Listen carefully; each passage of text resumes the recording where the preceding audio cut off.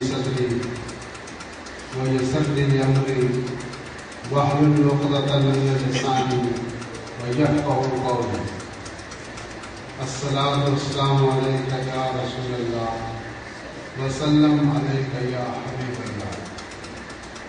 اللہ سبحانہ و تعالیٰ کا لاکھ لاکھ شکر عظیم ہے کہ مالک الملک نے ہمیں اپنی یاد کے لیے یہاں اکٹھا ہونے کی توفیق عطا فرمائی. لاکھوں کروڑوں درود و سلام حضرت محمد مصطفیٰ صلی اللہ علیہ وآلہ وسلم کی ذات اقدس پر جن کے طفیل مالک الملک نے بے کرم نازل فرمایا. عزیزان گرامی، ہم پر اللہ سبحانہ و تعالیٰ کے بے تحاشا فضل و کرم اور احسانات ہیں کہ اس نے ہمیں یہ بھی جو مہینہ ماہ رمضان، ماہ صیام، رحمتوں والا، برکتوں والا اور فضیلتوں والا مہینہ عطا فرمایا. اور وہ لوگ خوش نصیب ہیں جنہوں نے اس مہینے ماہ رمضان کو پایا اور احکام الہی کو بجا لاتے ہوئے روزے رکھے، تراویح پڑھی، تلاوت کلام پاک کی، صدقات، خیرات، زکوٰۃ، فطرانے ادا کی، سحریاں افطاریاں کی اور کرائیں. یہ بڑی خوش نصیبی کی بات ہے اور یہ وہی لوگ کرتے ہیں جن کے اوپر اللہ تعالیٰ کا خصوصی فضل و کرم اور اس کا احسان ہوتا ہے. یہ بات یاد رکھیں کہ اللہ تعالیٰ کی بارگاہ میں وہی حاضر ہوتا ہے جس کو حاضر ہونے کی اللہ تعالیٰ توفیق عطا فرماتا ہے. جب تک اللہ توفیق نہ دے تو انسان اس کی بارگاہ میں حاضر ہو نہیں سکتا. میں نے پہلے بھی کئی بار آپ کو بتایا ہے کہ جس وقت آپ وضو کر کے، نیت کر کے، ارادہ کر کے نماز کے لیے کھڑے ہوں تو اس وقت دعا کیا کریں کہ اے اللہ تیرا لاکھ لاکھ شکر و احسان کہ تو نے مجھے انسان بنایا. تخلیق تو ساری اللہ سبحانہ و تعالیٰ کی ہے. کیڑے مکوڑے بھی اس نے بنائے، شجر و حجر بھی اس نے بنائے، آسمان و زمین، چاند ستارے، یہ سب تخلیق اللہ سبحانہ و تعالیٰ کی. اگر ہمیں وہ کوئی حشرات الاصل سے بنا دیتا تو ہم کیا کرتے؟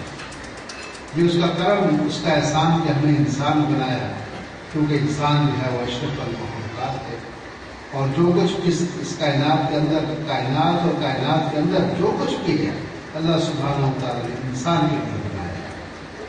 تو پہلے اس کا شکر بجا لائے کہ تو نے مجھے انسان بنایا، پھر مولا تو نے مجھے مسلمان بنایا اور آپ نے پیارے محبوب صلی اللہ علیہ وسلم کی امت سے پیدا کیا. تیرا شکر احسان. اور آج تو نے مجھے اپنی اس بارگاہ میں حاضر ہونے کی توفیق عطا فرمائی. یہ بھی تیرا شکر اور تیرا احسان ہے، تیرا فضل ہے. اب میں جو ٹوٹا پھوٹا سجدہ تیری بارگاہ میں کروں، مولا اس میرے سجدے کو قبول کر لے. تو جس مقام شکر ہوتا ہے کہ جس وہی انسان اسناد اور نیکیوں کے کام کرتا ہے جس کو اللہ سبحانہ و تعالیٰ توفیق عطا فرماتا ہے. تو یہ روزہ، نماز، جو بھی عبادت الہی ہے وہ بندے اور رب کے درمیان ہوتی ہے اور اس کا کوئی روزہ خاص ایسی چیز ہے جس کا گواہ شاہد خود اللہ سبحانہ و تعالیٰ ہے. اگر آپ کلمہ پڑھتے ہیں تو 10 آدمی اور کوئی سنتے ہیں کہ آپ نے کلمہ پڑھا ہے. نماز پڑھتے ہیں تو آپ دیکھتے ہیں ایک دوسرے کو صف میں، جماعت میں، مسجد میں نماز پڑھتے ہوئے وہ انسان اس کے اوپر گواہ ہوتے ہیں. اگر آپ زکوٰۃ دیتے ہیں تو اس وقت اور کوئی نہیں لینے والا تو گواہ ہے جس نے پیسے دیے، تو دوسرا آدمی تو وٹنس ہے آپ کا. آپ دینے والے ہیں، دوسرا دینے والا ہے. اگر کوئی نہیں دیکھنے والا اور لینے والا تو دیکھ رہا ہے کہ مجھے پیسے، تو وہ بھی گواہ ہے اس کے اوپر. اور اگر حج پر جاتے ہیں تو جس شپ میں جا رہے ہیں، پلین میں جا رہے ہیں، وہ لوگ بھی آپ کے ساتھ ہیں. طواف میں، صفا مروہ میں لوگ آپ کے ساتھ ہیں، آپ کو دیکھ رہے ہیں، شاہدین. لیکن روزہ ایک ایسی چیز ہے جس کا شاہد خود اللہ سبحانہ و تعالیٰ ہے. جس کو کوئی دیکھتا نہیں ہے، دیکھتا اس کو صرف اللہ دیکھتا ہے اس کو۔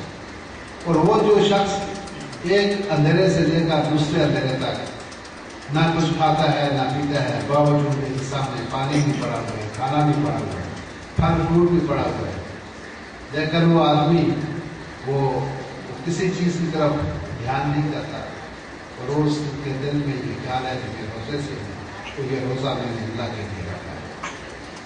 تو جو لوگ روزے رکھتے ہیں اللہ سبحانہ و تعالیٰ ان کو اپنی نعمتوں سے، اپنے انعامات سے، فضل و کرم سے ان کو نواز دیتا ہے، اور بڑے خوش نصیب لوگ ہیں۔ اور اللہ نے کہا کہ اللہ تعالیٰ نے فرمایا کہ اس کا جو روزے کا اجر ہے وہ میں خود دوں گا، اس روزے کا اجر میں خود دوں گا۔ اور جس وقت روزہ دار روزہ کھولتا ہے اس وقت اس کے منہ کی جو خوشبو ہوتی ہے اللہ سبحانہ و تعالیٰ خود سونگتے ہیں اس کے منہ کی۔ تو یہ بڑی، کیونکہ یہ گناہ گاروں کے لیے سب کچھ اللہ سبحانہ و تعالیٰ نے سارے نظام بنایا ہے، یہ ہم گناہ گاروں کے لیے بنایا ہے۔ اچھا، اللہ سبحانہ و تعالیٰ خود قرآن میں ایک جگہ فرماتے ہیں کہ میں اگر تم لوگوں کو جہنم میں ڈالوں گا تو مجھے کیا مل جائے گا، مجھے کیا فائدہ ہوگا آپ کو جہنم میں ڈالنے۔ اور اس کے عنایات دیکھے، اس کا فضل و کرم دیکھے کہ وہ جتنے بھی انبیاء کا سلسلہ ہم دیکھ رہے ہیں تو یہ کس لیے ہے؟ ان گناہگاروں کو ہی تو صراط مستقیم کو رائے پر لانے کے لیے نا، جو کفار ہیں، جو راستوں سے بھٹکے ہوئے لوگ ہیں، تو ان کو صراط مستقیم پر لانے کے لیے اللہ سبحانہ و تعالیٰ نے اپنی کتب بھی بھیجی، اپنے انبیاء بھی بھیجے۔ اور جس آپ سب جانتے ہیں کہ جس وقت سیدنا موسیٰ علیہ السلام کو طور پر تشریف لے گئے، اللہ سبحانہ و تعالیٰ نے ان کو پیغمبری دی، نبوت دی، اور توریت کتاب دی، اور ان کی ریکویسٹ پر ان کے بھائی ہارون کو بھی نبوت عطا فرمائی۔ اور پھر اللہ تعالیٰ نے ارشاد فرمایا کہ اے موسیٰ تم سیدھے فرعون کے پاس جاؤ اور جا کے فرعون کو رائے ہدایت کی دعوت دو، اس کو صراط مستقیم پر، اس کو کفر سے نکالو، شرک سے نکالو، اور اس کو سیدھے راستے پر ڈالو۔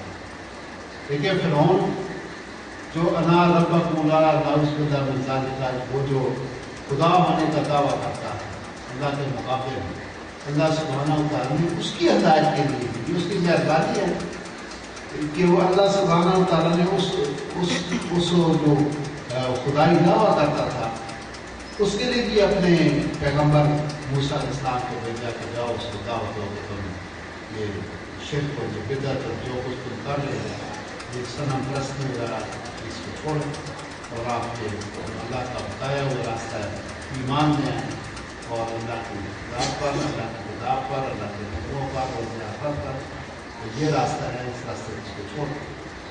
تو اسی لیے اگر یہ جو دن آتے ہیں، رمضان ہے، جس میں بھی بخشش ہے، مغفرت ہے، رحمت ہے، یہ کس کے لیے ہوتی ہے؟ اس کے لیے جو آدمی گنہگار ہوتا ہے، اس کو اللہ سبحانہ و تعالیٰ یہ مواقع فراہم کرتے ہیں کہ بندہ استغفار کر لے اور وہ برے کام کو چھوڑ کر، شر کو چھوڑ کر خیر میں آ جائے، ظلمات سے نکل کر نور میں آ جائے، اور تاریکی سے نکل کر روشنی میں آ جائے۔ جمعہ مبارک ہوتا ہے، وہ بھی بخشش کا دن ہے، سید ایام یا جمعرات ہے، اس دنوں میں ہم بیٹھتے ہیں، اللہ کا ذکر کرتے ہیں، اللہ کی بارگاہ میں حاضر ہوتے ہیں۔ اس کا بھی مقصد ہماری مغفرت ہوتا ہے، ہماری بخشش ہوتا ہے، اور ہمارے گناہوں کو معاف کرنے کا ایک اللہ تعالیٰ موقع عطا فرماتا ہے۔ تو وہ لوگ بڑے خوش نصیب ہیں آپ لوگ جنہوں نے اللہ کا ذکر کیا، تراویح پڑھی، قرآن پاک سنا اور قرآن پاک پڑھا، تلاوت کی، قرآن کے صدقات سرمیاں افطاریاں جو کچھ بھی کیا، اللہ سبحانہ و تعالیٰ آپ کو تمام جو کوششیں ہیں اللہ تعالیٰ ان کو اپنی بارگاہ میں قبول فرمائے، اور اللہ تعالیٰ نے کرم نوازی فرمائے۔ کیا پتہ اگلے سال ہم میں سے کوئی ہو نہ ہو جس کو یہ موقع پتہ نہیں ملے نہ ملے، کچھ کہا نہیں جا سکتا۔ تو جو موقع اللہ سبحانہ و تعالیٰ عنایت فرمائے اس موقع سے بھرپور فائدہ اٹھانا چاہیے۔ اور ایک بات یہ ایک نوٹ کر لیں، بڑی خاص بات آپ کو بتاؤں کہ یہ جو عبادات الہی ہیں اکثر لوگ اس کا فلسفہ ڈھونڈ کر رکھتے ہیں کہ نماز پڑھنے سے کیا فائدہ ہوگا، روزہ رکھنے سے کیا فائدہ ہوگا، کیا ہوگا، اس کے اندر یہ سوچنا نہیں چاہیے، یہ امر ہے۔ اللہ کا حکم ہے کہ جو بھی شخص ماہ رمضان کو پائے اس میں وہ روزہ رکھے۔ پہلے ان کے پر بھی روزے فرض تھے، آپ پر بھی روزے فرض کر دیا گیا، وہ تو آرڈر ہے، حکم ہے، بس کرو۔ اس کو فلسفے میں لے جانا یا اس کے کچھ اس کی طے میں جا کے باریکیوں میں جا کے کرنا یہ ضروری نہیں ہے۔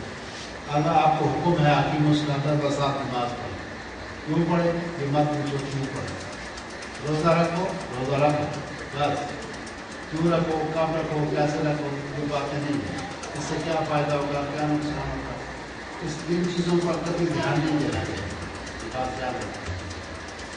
جو حکم آ گیا اللہ سبحانہ وتعالیٰ کا اس کے اندر تحقیق نہیں کرنا، جستجو نہیں کرنا، اس کا کوئی انالائسس، اس کا تجزیہ نہیں کرنا، اس کے اوپر سوال جواب نہیں کرنا، وہ حکم ہے، کیا ہے، حکم ہے، اللہ کا حکم ہے روزہ رکھو بس روزہ رکھو، حج کرو حج کرو، تو کلمہ پڑھو نماز پڑھو، اس کی جو جائے گا اس کا اندیشہ ہوتا ہے، خطرہ ہے اس کے اندر خطرہ ہے، انسان کو پٹری سے اترنے کا، ڈیریل ہونے کا خطرہ ہے، اس لیے جو حکم اللہ تعالیٰ کا ارشاد باری ہو اس کے اوپر من و عن جیسے اللہ کا حکم ہے اس کے اوپر عمل پیرا ہونا چاہیے، باقی اللہ جانے سے کام ہے۔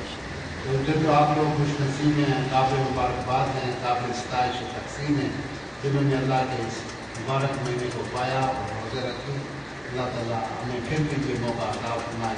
آمین۔ تو آج سے یہ سلسلہ جو رات کا شروع ہو گیا، جو رمضان میں یہ سلسلہ منقطع تھا تراویح کی وجہ سے، رمضان کی وجہ سے، آج کے رمضان کا پہلی جمعرات ہے، انشاءاللہ آئندہ رمضان تک یہ سلسلہ جاری ساری رہے گا۔ آپ اتنے دوست احباب ہمیشہ کی طرح آتے ہیں، جو بھی آپ کو ملنے جلنے والے ہیں ان کو بھی دعوت ہیں کہ رات کو اللہ کے ذکر کے لیے اور اجتماعی دعا کے لیے حاضر ہوا کریں۔ وآخر دعوانا الحمدللہ۔